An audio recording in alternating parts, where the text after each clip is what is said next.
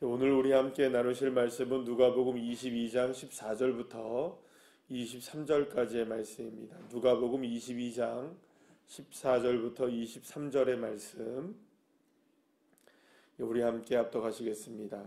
때가 이름에 예수께서 사도들과 함께 앉으사 이르시되 내가 고난을 받기 전에 너희와 함께 이 유월절 먹기를 원하였노라. 내가 너희에게 이르노니 이 유월절이 하나님의 나라에서 이루어지기까지 다시 먹지 아니하리라 하시고 이에 잔을 받으사 감사기도 하시고 이르시되 이것을 갖다가 너희끼리 나누라.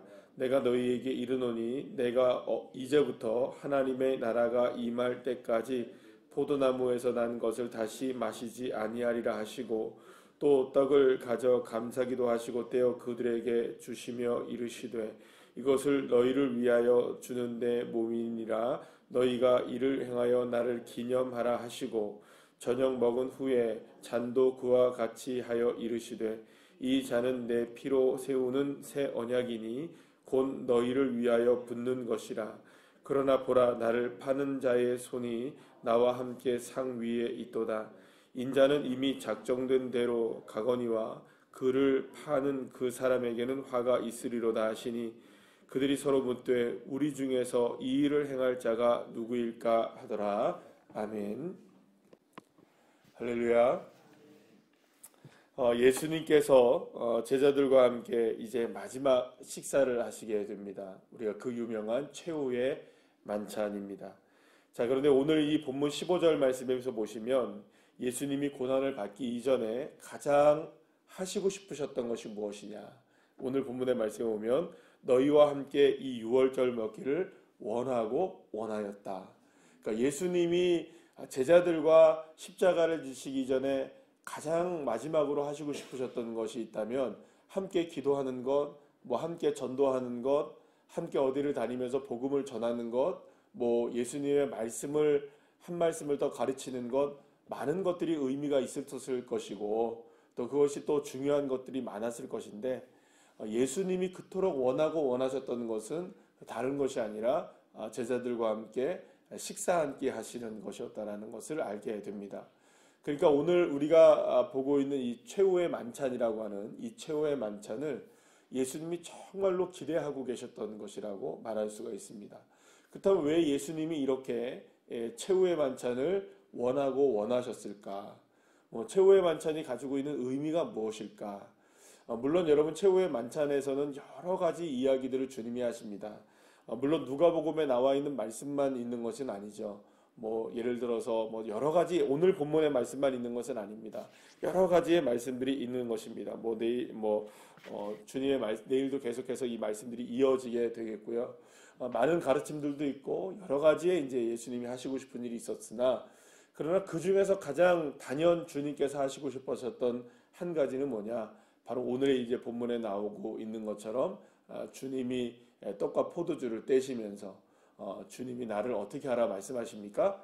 기념하라라고 말씀을 하시는 이 우리가 보통 얘기하는 이게 성찬식이 되겠죠. 첫 번째의 성찬식입니다. 예수님이 제자들과 함께 나누는 첫 번째의 성찬식의 그 모습을 주님께서 하시기를 원하셨던 것을 알게 됩니다. 그래서 이제 오늘 이 본문의 말씀은 우리가 지금 말씀드린 대로 너무나 중요한 이 성찬식에 관한 이야기를 우리에게 말씀해 주고 계시는데요. 그 주님께서 이제 떡을 떼시면서 말씀을 하십니다. 이것은 내 몸이다 라고 말씀하시고 또 포도주를 나누시면서 뭐라고 말씀하십니까? 이것은 내 피다 라고 말씀을 하십니다. 몸과 피와 몸. 주님께서 이 떡과 포도주를 가지고 몸과 피를 말씀하시면서 이것을 내가 너희에게 준다라고 말씀을 하십니다. 그러니까 주님께서 지금 하시고 싶으신 일이 뭐냐? 그토록 원하셨던 것이 무엇이냐? 제자들을 비롯해서 예수 그리스도를 믿는 모든 사람들에게 그리고 또 모든 사람들에게 다 주님이 뭘 주기를 원하셨던 겁니까? 자신의 몸과 피를 주기를 원하셨던 것이라고 볼 수가 있습니다. 그러니까 주님께서 우리에게 그렇다면 왜 이 몸과 피를 주기를 원하셨는가? 그러면 무엇을 통하여서 우리가 이거를 알게 되는가? 예수님은 떡을 통해서 자신의 몸을 우리에게 주기를 원하셨고 또 포도주를 통해서 자신의 피를 주기를 원하셨다고 말씀하고 계십니다. 그러니까 지금 제자들과 함께 나누고 있는 것은 보이는 떡과 포도주 뿐이지만 이 포도주 너머에는 뭐가 있는 겁니까? 예수님의 희생의 피가 담겨져 있는 것이고 이 떡의 너머에서는 뭐가 있는 것일까요? 주님의 찢기신 몸이 있게 되는 것입니다. 그러면서 이제 이것을 제자들에게 나누어 준다라고 말씀하시는 것입니다. 그렇다면 왜 이렇게 하셨느냐? 단 한 가지이죠. 주님이 누구를 사랑하시는 겁니까? 제자들을 너무너무나 사랑하시는 겁니다. 그러니까 여러분들 살을 주고 피를 주겠죠. 아무나 살을 주고 피를 줄 수가 있겠습니까? 그렇지 않겠습니까? 여러분, 저와 여러분이 만약에 저와 여러분이 누군가를 위하여서 몸을 줄 수 있고 피를 줄 수 있다고 한다면 그거는 여러분 그냥 지나가는 사람한테 줄 수 있는 건 아닐 거지 않습니까? 그렇지 않겠어요, 여러분들? 생면부지의 사람들한테 내 피를 나눠줄 수 있다? 물론 뭐 그거는 단순하게 헌혈 정도의 이야기를 하는 게 아닙니다. 나의 생명이잖아요. 몸, 피, 나의 생명이지 않습니까? 나의 생명을 아무한테나 줄 수는 없지 않겠습니까? 그러니까 이 생명을 나눠준다는 말은 정말로 놀라운 주님의 사랑이 깃든 말이라고 볼 수가 있는 겁니다. 그러니까 지금 예수님이 제자들과 마지막 만찬을 그토록 원하셨던 것은 뭐냐? 어떻게 보면 몸과 피를 주겠다라는 이 성찬식을 하시는 것도 의미가 있는 것이지만 가장 중요한 건 뭐냐? 그토록 누구를 사랑하고 계시는 걸까요? 제자들을 너무너무나 사랑하고 계시는, 그리고 그 사랑이 누구를 향하고 있는 겁니까? 지금의 저와 여러분을 향해서도 이 사랑이 흐르고 있는 줄로 믿으시길 바랍니다. 그러니까 결국에 저와 여러분이 늘 언제나 기념하며 살아가야 될 것은 무엇일까요? 늘 언제나 상기하며 살아가야 될 것은 무엇일까요? 늘 언제나 우리가 생각하면서 늘 언제나 잊지 말아야 될 것은 무엇이냐? 저와 여러분을 위해서 이토록 사랑하신 주님의 십자가의 은혜인 줄로 믿습니다. 그래서 요한복음 3장 16절에 말씀하시는 것처럼 하나님이 세상을 이처럼 사랑하사 독생자를 주셨으니 이는 그를 믿는 자마다 멸망하지 않고 영생을 얻게 하려 하심이라.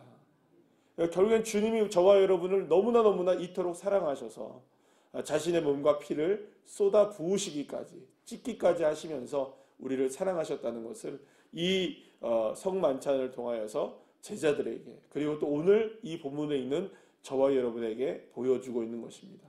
그러면 우리는 어떤 인생을 살아가야 하겠습니까? 늘 언제나 주님을 기념하는 인생이 되어야 하는 것이겠죠. 주님께서 나를 위해서 이토록 헌신하셨다는 것, 이토록 주님께서 나를 위하여서 자신의 몸을 찢기셨다는 것을 기억해야 하는 것입니다. 그러면 여러분, 주님이 왜 우리를 위해서 찢기셨습니까? 우리의 허물 때문입니다. 우리의 죄악 때문입니다. 결국에 주님이 찢기시는 몸, 그리고 흘리신 피는 다 누구를 위한 것이었을까요? 나의 몸, 나의 마음, 나의 삶, 다 모나고 문제 많고 여전히 연약하고 여전히 우리의 삶에 많은 흠집 많은 인생을 위해서 주님이 그 인생에 더듬혀 주시고 상처를 싸매 주시고 자신의 몸 찢기심으로 우리의 몸을, 상한 몸을 회복시키시기 위해서, 그러니까 결국에는 저와 여러분을 회복시키시기 위해서 누가 희생을 당한 걸까요? 예수님이 희생을 당하신 겁니다. 이런 표현이 맞는지 모르겠지만 예를 들어서 그런 겁니다. 만약에 내가 몸이 아파서 어떤 병이 걸려서 혹은 상처가 나서 병원에 가서 수술을 해야 한다면 나는 그 수술대 위에 올라가서 있으면서 나는 그 시간 동안에 있지만 나를 위해서 헌신해야 하던 누구는 눈을 뜨고 있어야 됩니까? 나는 그때 잠을 자고 마취에 든다고 하더라도 나를 위해서 헌신하고 있는 의사 선생님들과 간호사 선생님들은 자면 됩니까? 안 됩니까? 안 되죠. 나를 위해서 헌신해 줘야 되는 거잖아요. 내 고장난 몸을 고치기 위해서 의사들이 얼마나 노력을 하겠습니까? 여러분, 예수님이 하시는 일은 이보다 더 놀라운 일이라는 것이죠.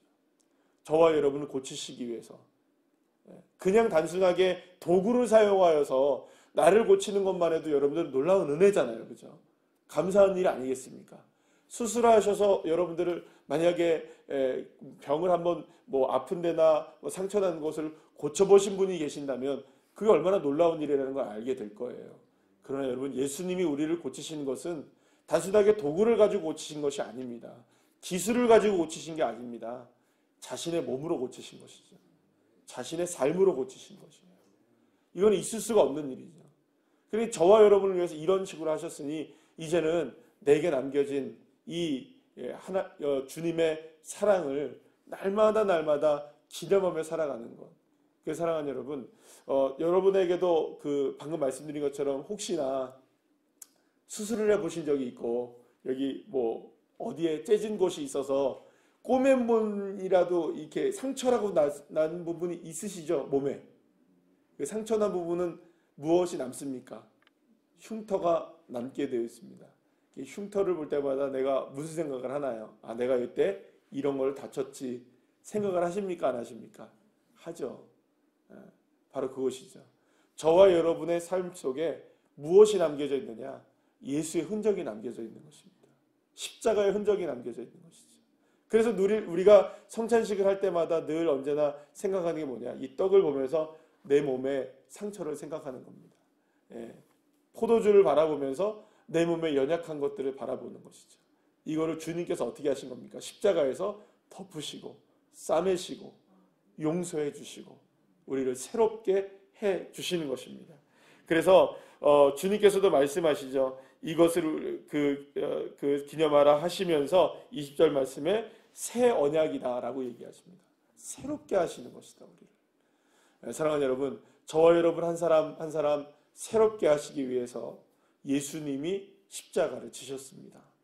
이것이 저와 여러분을 향한 사랑입니다. 이것이 사랑이 아니면 도대체 무엇이 사랑이겠습니까? 자, 그런데 예수님이 그토록 원하셨던 이 그 6월절의 마지막 그 최후의 만찬을 그토록 하시면서 이렇게 주님이 우리를 제자들을 사랑하신다는 것을 직접 표현해주고 계시죠. 이뿐이었겠습니까, 여러분들? 예수님께서 제자들의 발을까지 씻겨주시지 않으십니까? 그러니까 주님은 끝까지 누구를 위해 헌신하고 계십니까? 제자들을 사랑하시고 제자들을 위해 헌신하고 있는데요. 21절 말씀에 보면은 예수님이 그 얘기를 하십니다. 그러나 보라, 나를 파는 자의 손이 나와 함께 상 위에 있도다. 나와 함께 상 위에 있도다. 예수님은 지금 자신의 몸을 드리기를 원하고 계시는데 제자들은 다 지금 뭘 하고 있는 겁니까? 주님을 떠나고 도망치고 배반할 자리에 다 있는 겁니다. 주님을 그토록 사랑하시는데 주님은 그토록 자신의 몸을 다 내어주시면서 십자가에서 죽으실 각오를 하시고 십자가에서 죽으시는데 제자들은 지금 뭘 하고 있는가요? 예수님 팔꿈니하고 있고 예수님 잡혀가면 도망갈 사람들이고. 그럼 여러분 여기서 보시면 어제도 그러잖아요. 가룟 유다를 이야기하면서 12 중 하나라고 얘기하시죠. 예. 근데 오늘 본문의 말씀에 보면 뭐라고 얘기합니까? 나를 파는 자의 손이 나와 함께 상위에 있도다. 여러분 제자들 12명이 지금 뭐 하고 있습니까? 지금 예수님과 떡과 포도주를 마시며 마지막 만찬을 아주 식사를 하고 있는 거예요. 그러면 식사할 때 손 어디 있나요, 여러분? 상 밑에 있습니까? 그러면 식사 안 하는 거잖아요. 식사 중에는 전부 다 손이 어디 있습니까? 식탁 다 위에 있어요. 그럼 식탁 위에 있는 자들이 다 누구를 팔 자들이라는 겁니까? 자신을 팔 자들이라고 예수님이 얘기를 하고 있는 거예요. 근데 제자들은 뭐라고 얘기하죠? 우리 중에 그런 일을 누가 하냐? 도대체 누가 우리 중에 그런 일을 하겠느냐? 자신들은 모르는 거죠. 그럼 여러분 생각해보면 우리는 우리 자신의 모습을 잘 아는 것 같지만 우리는 잘 알고 있을까요? 모르고 있을까요? 잘 몰라요. 우리가 얼마나 더러운 죄인인지, 우리가 정말로 말할 수 없는 죄인인지 우리가 아는 것 같으면서도 잘 몰라요. 우리가 얼마나 부족하고 연약한 사람들인지 아는 것 같지만 잘 몰라요. 우리가 주님을 얼마나 마음 아프게 하고 떠나고 있는 사람들인지 아는 것 같지만 어떻습니까, 여러분? 잘 몰라요. 우리는 주님을 잘 섬기며 헌신하는 것 같아 보이지만 우리가 얼마나 주님을 늘 배반하는 자리에 서 있는지 아는 것 같지만 우리는 잘 몰라요. 언제나 우리의 손은 어디에 올려져 있는 겁니까, 지금? 팔자의 손으로, 그러니까 주님을 팔아넘길 사람들의 모습으로 손이 이렇게 올라가 있는 거죠. 그러면서 이 손은 지금 다 뭐 하고 있는 겁니까? 함께 뭐 하고 있는 거예요? 주님과 식사하고 있는 거예요. 그러니까 주님과 함께 하면서도 뭘 생각하고 있는 걸까요? 주님을 떠날 생각, 배반할 생각, 주님의 마음을 아프게 할 생각. 어쩌면 그 모습으로 우리의 삶이 가득 채워져 있는 것은 아닌가라는 생각을 듭니다. 그러고 보면 그렇습니다, 여러분. 우리가 아무리 오늘 이 새벽에 일어나서 주님 앞에 나와서 예배하고 또 그렇게 믿음을 가지고 하루를 시작한다 할지라도 여전히 우리는 오늘도, 여러분 죄송합니다 이런 말씀이에요, 장담하건대 죄에 무너질 인생들입니다. 아닐 분 계십니까? 오늘 하루 동안 난 죄 하나도 안 짓는다, 여러분 그럴 분 계십니까? 여러분, 우린 이미 오늘 이 새벽에 이 말씀을 듣고 있으면서도 우리의 손은 어디에 올라와 있는 사람들일까요? 상위에 올라와 있는 제자들과 별반 다를 바가 없습니다. 그러면 오늘 여러분 우리가 상위에 올라가 있는 이 손, 오늘도 우리가 주님 앞에 살아가면서도 주님과 함께 동행하며 산다고 이야기하면서도 죄 지을 텐데, 사랑하는 여러분, 우리 어떻게 살아가야 될까요? 그냥 죄 짓는 거 방치하면서 그리고 그냥 나는 어쩔 수 없네 그러고 살아가야 되겠습니까? 사랑하는 여러분, 그 순간순간마다 주님을 기념하십시오. 주님을 끊임없이 기념하십시오. 주님을 끊임없이 생각하십시오. 죄의 모습이 우리의 삶을 덮쳐오려고 할 때에 그때 주님을 고백해 보십시오. 죄를 짓는 그 자리가 하나님의 나라가 될 수 있도록 주님을 기억하시기 바랍니다. 끊임없이 싸우셔야 됩니다. 언제까지 싸우셔야 되느냐? 날마다 순간순간마다. 그래서 여러분들 늘 말씀드리는 거지만 제자 훈련을 통해서는 요즘에 또 1시간마다 우리 주님 고백합시다 라고 이야기를 하지만, 여러분 1시간마다 고백을 하면 주님 앞에 죄 짓는 거 피할 수 있을까요? 어느 정도는 피합니다. 그죠? 어느 정도는 가능해요. 그러나 여러분, 어느 정도를 가지고 이야기할 수 있는 게 아니에요. 제가 신학교 들어갈 때 책을 한 권을 읽으면서 이런 책이 다 있어 라고 생각했던 책이 있었어요. 그게 뭐냐면 예수님이라면 어떻게 하셨을까라는 책이었어요. 근데 이게 기독교 고전이란 말이에요. 근데 그걸 읽으면서도 이제 신학교 이제 들어가요. 이거 어떻게 이렇게 살지라는 생각이 든 거예요. 어떻게 맨날 예수님처럼 살지라는 생각을 하며 살지? 이건 너무 힘들다 이거. 내가 신학교는 가지만 이렇게 살기는 좀 답답할 것 같다. 어떻게 매번 모든 일에 예수님이라면 어떻게 할까? 예수님을 기억하자. 예수님 생각하며 살자. 아니 모든 순간 어떻게 할까? 그러면서 제일 의문 드는 말씀들이 있잖아요. 우리에게 항상 기뻐하라. 쉬지 말고 기도하라. 범사에 감사하라. 이거는 그냥 말씀뿐이지.